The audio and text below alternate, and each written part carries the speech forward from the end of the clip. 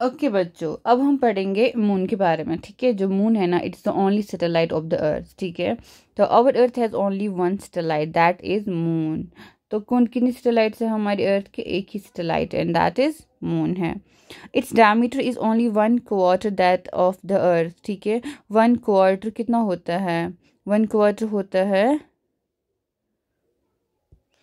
तो 1/4 होता है 1/4। ठीक है, तो 1/4 इसका क्या है? That of earth. इसका डायमीटर, किसका? मून का डायमीटर। डायमीटर को पता है क्या होता है? जैसे ये आपका सर्कल है, ठीक है, ये आपका मून है, आप सर्कल लीजिए, तो ये जो होता है ना सेंट्रल कॉर्ड इसको बोलते हैं, ये होता है डायमीटर। क्या होता है? डायमीटर। इसका जो होता है ना हाफ, इतना, इसका जो हाफ होता है ना ये वाला, इसको हम कहते हैं रेडियस। ठीक है, ये होता है रेडियस, और ये होता है पूरा डायमीटर। ओके, ये होता है पूरा, इसको बोलते हैं डायमीटर। डायमीटर का हाफ होता है रेडियस। तो क्या इसने बोला है कि जो डायमीटर है ना वो 1/4 दैट ऑफ अर्थ है, यानी कि 1/4 ऑफ अर्थ इसका डायमीटर है। किसका? मून का। It appear so big because it's near to our planet than other celestial bodies. ये हमें इसलिए इतनी बड़ी दिखती है बिकॉज ये हमारे बहुत नज़दीक है दैन अदर सेलेस्टियल ऑब्जेक्ट्स। कितना है ये? It is 3,84,400 kilometre away from us. कितना? 3,84,400 किलोमीटर अवे फ्रॉम अस। अब आप खुद कंपेयर कीजिए distance of the earth from the sun and that from moon.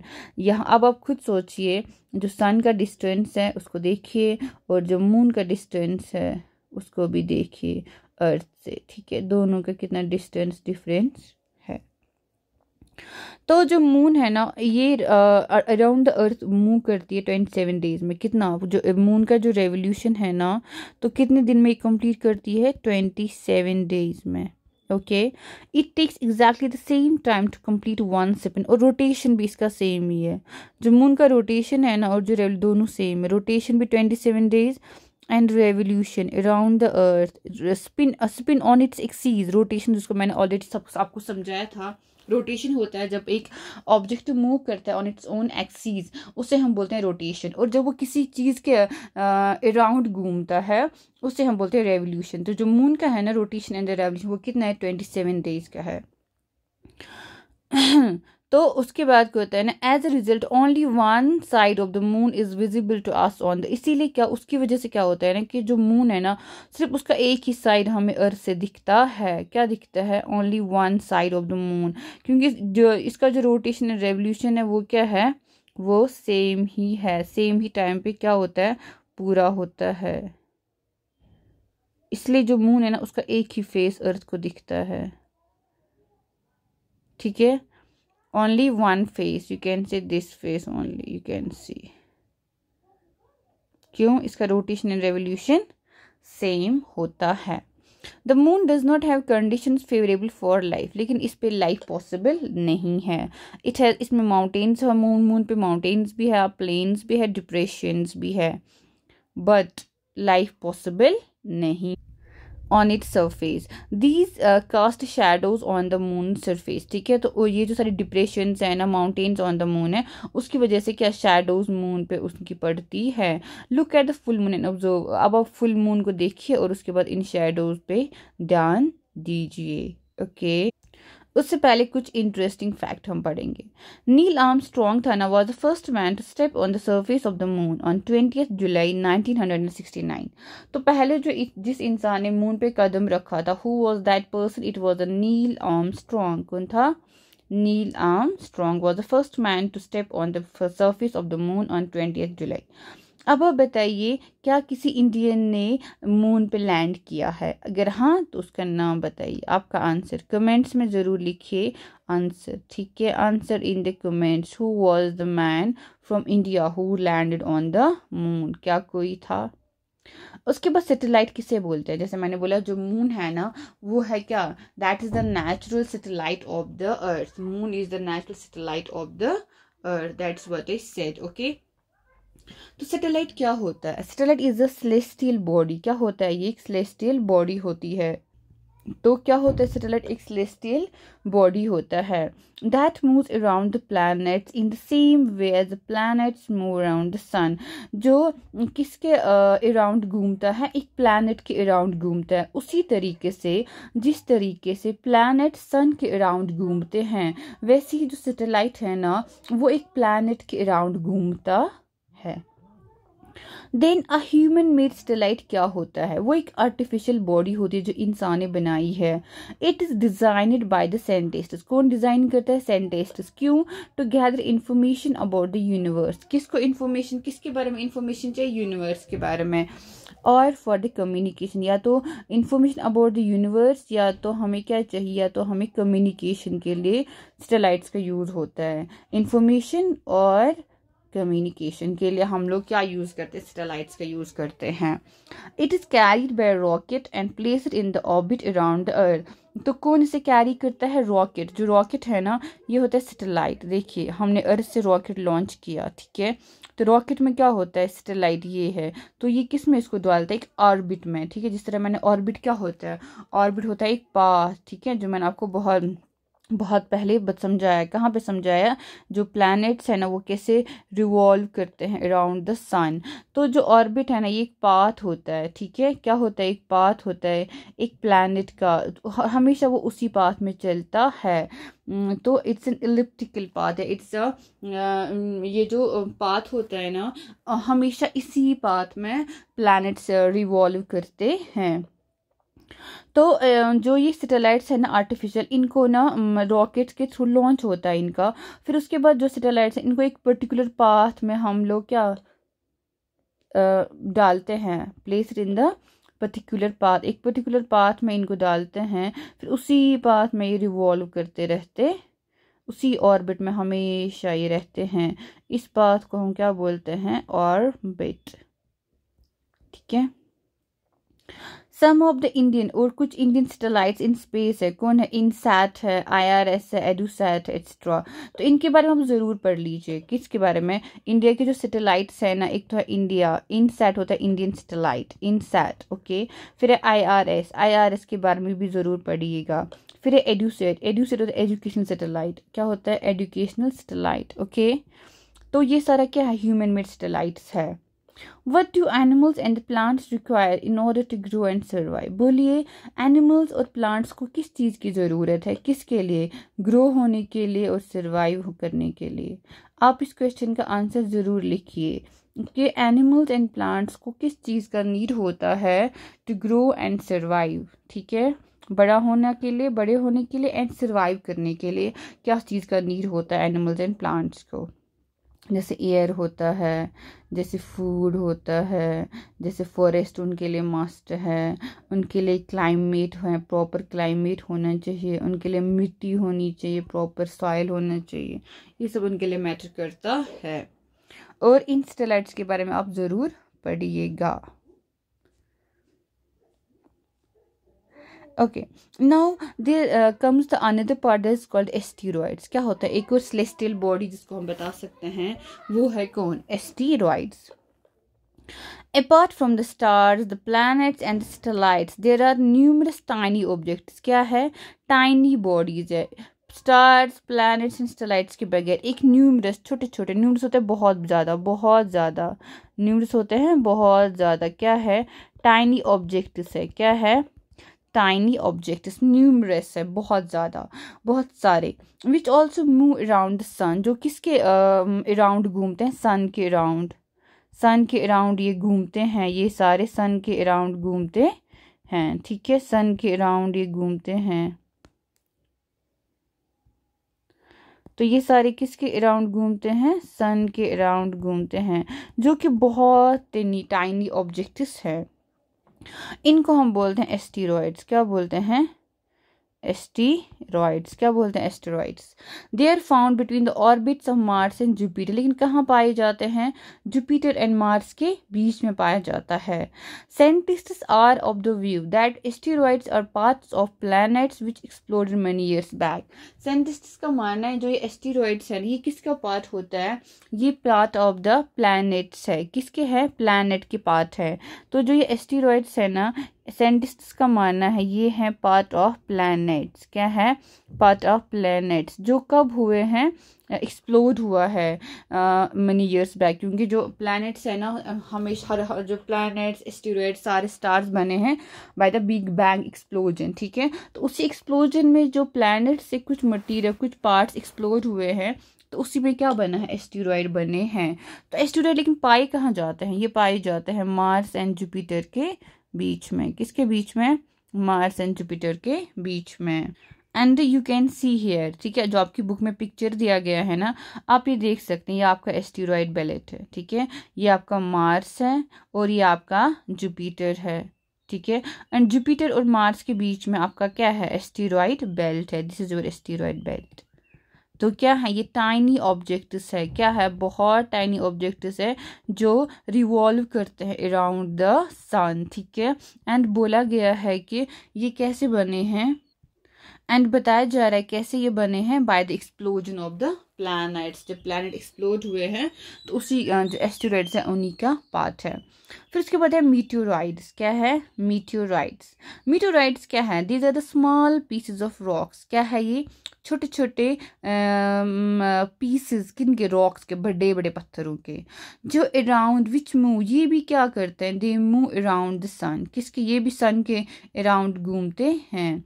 तो मीटियोराइड्स भी जो है ना, ये पीसेस ऑफ रॉक्स है। क्या है ये? Pieces of rocks. They to move around the sun, they to move around the sun. Sometimes, कभी कभी क्या होता है, जो मीटियोराइड्स है ना, दे कम नियर द अर्थ। ये कहाँ पे आ जाते हैं? अर्थ।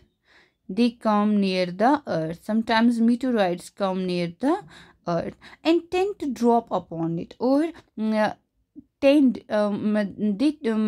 जो meteorites है ना, they tend to go into the earth's atmosphere, they tend to drop upon, मतलब उसमें वो जाना, earth, they tend to go on the earth। ठीक है, तो during this process, due to the friction, क्या होता है? Friction with the air, they get heated up and burn.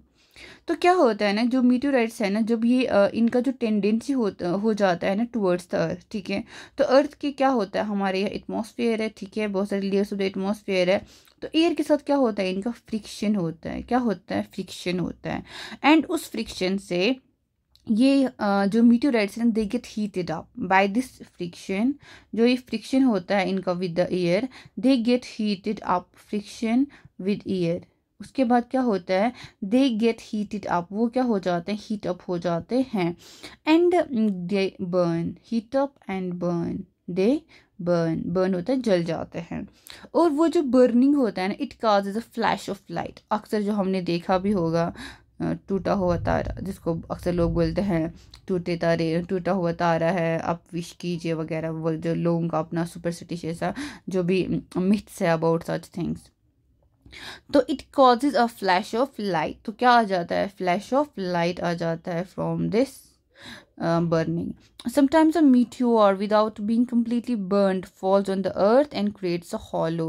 कभी कभी क्या होता है ना, जो ये बर्न होता है ना, ये पूरा बर्न नहीं होता है। ये जो बर्निंग, जैसे बर्निंग हो गया, ठीक है, बर्न हो गया, ख़त्म, it cause a flash of light हो जाता है, ख़त्म। बट कभी कभी क्या होता है ना, जो मीटियोर होता है ना, विदाउट बीइंग, ये पूरा बर्न नहीं हो जाता है, बट कहाँ पे? अर्थ में गिर जाता है। It falls on the earth और क्रिएट्स अ हॉलो। क्या करता है? क्रिएट एक हॉलो। ये होता है एक हॉलो डिप्रेशन।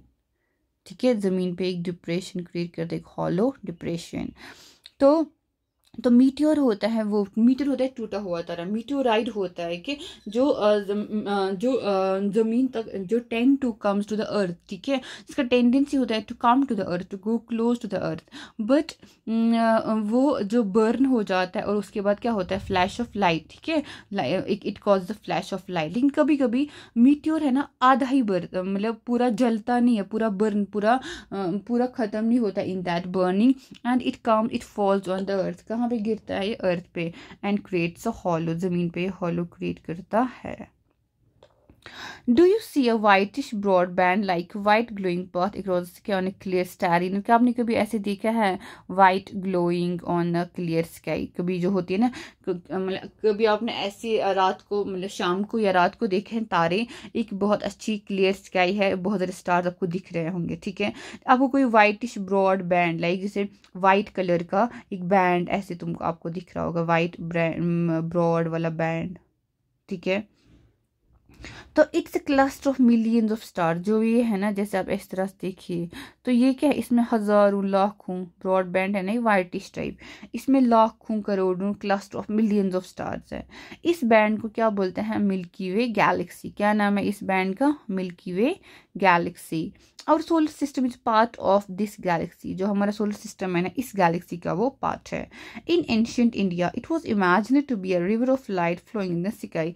पुराने ज़माने में क्या बोला जाता था कि ये जो है ना, ये जो हमें दिखता है ना आसमान में, white light flow of the flowing the white light, white band in the sky, ये क्या है? ये एक रिवर ऑफ लाइट है। क्या है? River of light. पुराने ज़माने में ऐसा बोला जाता है, बोला जाता था। Thus it was named Akash Ganga. इसलिए इसको क्या बोल रहा गया? Akash Ganga. The milky way is also known as Akash Ganga, क्योंकि एंशिएंट इंडिया में बोला जाता था कि ये एक रिवर ऑफ लाइट है इन द स्काई। तो दस it was named Akash Ganga. और गैलेक्सी अब क्या होता है? गैलेक्सी होता है huge system of billions of stars. किन का सिस्टम होता है? स्टार्स का। बिलियंस ऑफ स्टार्स एक गैलेक्सी बनाते हैं, और उसमें क्लाउड्स ऑफ डस्ट होता है और गैसेस भी होते हैं। हमारे यहाँ पे मिलियंस ऑफ सच गैलेक्सीज है। कितने हैं? मिलियंस ऑफ सच गैलेक्सीज है जो पूरा यूनिवर्स बनाती है। It's difficult to imagine. हम ये सोच भी नहीं सकते हैं कि हमारा जो यूनिवर्स है वो कितना बड़ा है। Scientists are still trying to find out more and more about it. अभी भी लोग इस पे काम कर रहे हैं, इसके बारे में और जानने की कोशिश कर रहे हैं। We are not certain about it size, but we know that all of us, you and I, belong to this universe. But हम एक चीज जानते हैं कि हम सब इसी यूनिवर्स से बिलोंग करते हैं। But the point here is this कि कितने हैं, कि एक गैलेक्सी जो होती है ना, एक गैलेक्सी, ठीक है, एक गैलेक्सी में कितने स्टार्स हैं? बिलियंस ऑफ स्टार्स हैं, ठीक है, एक गैलेक्सी में बिलियंस ऑफ स्टार्स हैं, okay. And in that billions of stars you have what? In that billions of stars आपको मिलियंस ऑफ सच गैलेक्सीज है। कितनी है? मिलियंस ऑफ गैलेक्सीज है इन द यूनिवर्स, जो इस यूनिवर्स में है। और उसमें से जो हमारी गैलेक्सी है वो कौन सी है? हमारी जो गैलेक्सी जिस पे हम रहते हैं ना, that is Milky Way galaxy. This is our galaxy जिस पे हम रहते हैं। और ऐसी galaxies, millions of galaxies in the universe, और हम सोच भी नहीं सकते हैं वो कितनी बड़ी पूरी यूनिवर्स है। ओके, तो दिस वाज अबाउट, आप खुद सोचिए कितने सारे बिलियंस ऑफ स्टार्स एक गैलेक्सी है, फिर मिलियंस ऑफ गैलेक्सीज ऐसी इस पूरी यूनिवर्स में हैं। उसमें से हम एक के पास दैट्स मिल्की वे गैलेक्सी, उसे आकाश गंगा भी बोलते हैं, बिकॉज वो एक स्टारी नाइट में एक ब्रॉड बैंड दिखता है इन द स्काई, तो उसे हम बोलते हैं आकाश गंगा। अब आप बताइए, क्या आप इस यूनिवर्स को खुद से रिलेट कर पा रहे हैं? कैसे? आप यहाँ पे हैं ऑन द अर्थ, ठीक है, आप अर्थ पे हैं, ठीक है। अर्थ किसका पार्ट है? सोलर सिस्टम का। ये है आपका अर्थ जिस पे आप हो, और ये इसके किसका पार्ट है? सोलर सिस्टम का पार्ट है। और जो सोलर सिस्टम पार्ट किसका पार्ट है? मिल्की वे गैलेक्सी का। किसका है? मिल्की वे गैलेक्सी का। एंड थिंक अबाउट क्यों जो मिल्की वे गैलेक्सी है वो किसका पार्ट है? यूनिवर्स का पार्ट है, ओके। अब आप सोचिए यूनिवर्स कितनी बड़ी है, और इसमें मिलियंस ऑफ सच गैलेक्सी, ऐसी इसमें millions of Galaxy. How do you fit in the picture? आप कैसे इस पिक्चर में फिट हो रहे हो? कैसे आप कनेक्टेड हो इन ऑल द थिंग्स? ये आपका एक है।